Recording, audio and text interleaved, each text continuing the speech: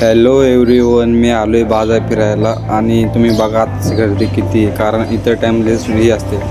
कारण गर्दी आज खूप आहे, चालायलाही जागा नाही आहे ना. बघा तुम्ही आता. आणि आता मी चालले भावासोबत मित्रांच्या घरी.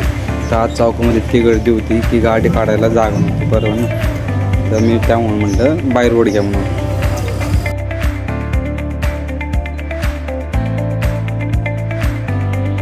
बाबासाहेबांच्या मूर्तीच्या पुढं सनसेट किती भारी येते तुम्ही बघा.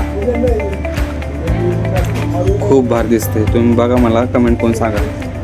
आता चाललो आहे आम्ही वस्तीवर चाललो आहे. तुम्हाला आमच्या इकडची कुरकुमोरी दाखवतो. कुरकुमोरी आमच्या इकडे खूप खास आहे. कारण पहिली जुनी मोरी होती आणि आता नवीन आहे. बघा